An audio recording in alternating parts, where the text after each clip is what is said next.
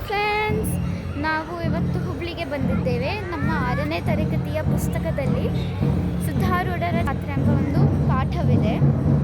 ಅದರ ಬಗ್ಗೆ ನಾನು 2-3 ವಾಕ್ಯದಲ್ಲಿ ಹೇಳುತ್ತೇನೆ. ಇಲ್ಲಿ ಮಠವು ರಿನೋವೇಷನ್ನಲ್ಲಿ ನಡೆದಿದೆ.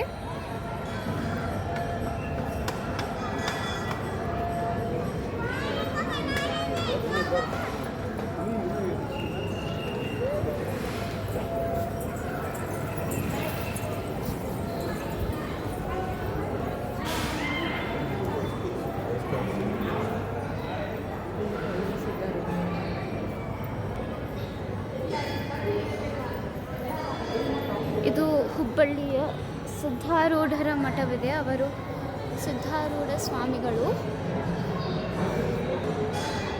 ಸಿದ್ಧಾರೂಢರು ಒಬ್ಬ ಮಹಾನ್ ಸಂತರು. ಅವರು ಮೂಲತಃ ಬೀದರ್ ಜಿಲ್ಲೆಯ ಚಳಕಾಪುರದವರು. 1836ರಲ್ಲಿ ಹುಟ್ಟಿದ್ದರು.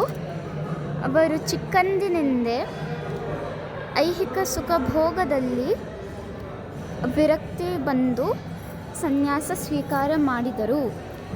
ಅವರು ಮನೆ ಬಿಟ್ಟು ಲೋಕ ಸಂಚಾರಿಯಾದರು. ಸ್ವಾಮಿಗಳು ತಮ್ಮ 41ನೆಯ ವಯಸ್ಸಿನಲ್ಲಿ ಹುಬ್ಬಳ್ಳಿಯಲ್ಲಿ ನೆಲೆ ನಿಂತರು. ಅದನ್ನೇ ತಮ್ಮ ಕರ್ಮಭೂಮಿ ಎಂದು ಆರಿಸಿಕೊಂಡರು. ನಂಬಿ ಬಂದವರಿಗೆ ಅಭಯ ನೀಡಿದರು. ದೇವರ ಭಕ್ತಿಯಿಂದ ಎಲ್ಲ ಸಕಲ ಕಷ್ಟಗಳು ದೂರಾಗುತ್ತವೆ ಎಂಬ ಪ್ರೇರಣೆ ತುಂಬಿದರು. ಓಂ ನಮಃ ಶಿವಾಯ ಎಂಬ ಪಂಚಾಕ್ಷರಿ ಮಂತ್ರವನ್ನು ಜಾತಿ ಭೇದವಿಲ್ಲದೆ ಬೋಧಿಸಿದರು. ಇದು ಸಿದ್ಧಾರೂಢ ಸ್ವಾಮಿಗಳ ಜೀವನದ ಬಗ್ಗೆ ಎಲ್ಲರಿಗೆ ತಿಳಿದಿರುವ ಹಾಗೆ ಸಿದ್ಧಾರೂಢರ ಅಂಗಾರ ದೇಶಕ್ಕೆಲ್ಲ ಬಂಗಾರ, ಸಿದ್ಧಾರೂಢರ ಜೋಳಿಗೆ ನಾಡಿಗೆಲ್ಲ ಹೋಳಿಗೆ. ಇದು ಹುಬ್ಬಳ್ಳಿಯಲ್ಲಿ ಇರುವ ಸಿದ್ಧಾರೂಢರ ಮಠ. ಇಲ್ಲಿ ಬಂದು ಎಲ್ಲರೂ ದರ್ಶನ ಪಡೆಯಬೇಕೆಂದು ಎಲ್ಲರಿಗೂ ವಿನಂತಿ.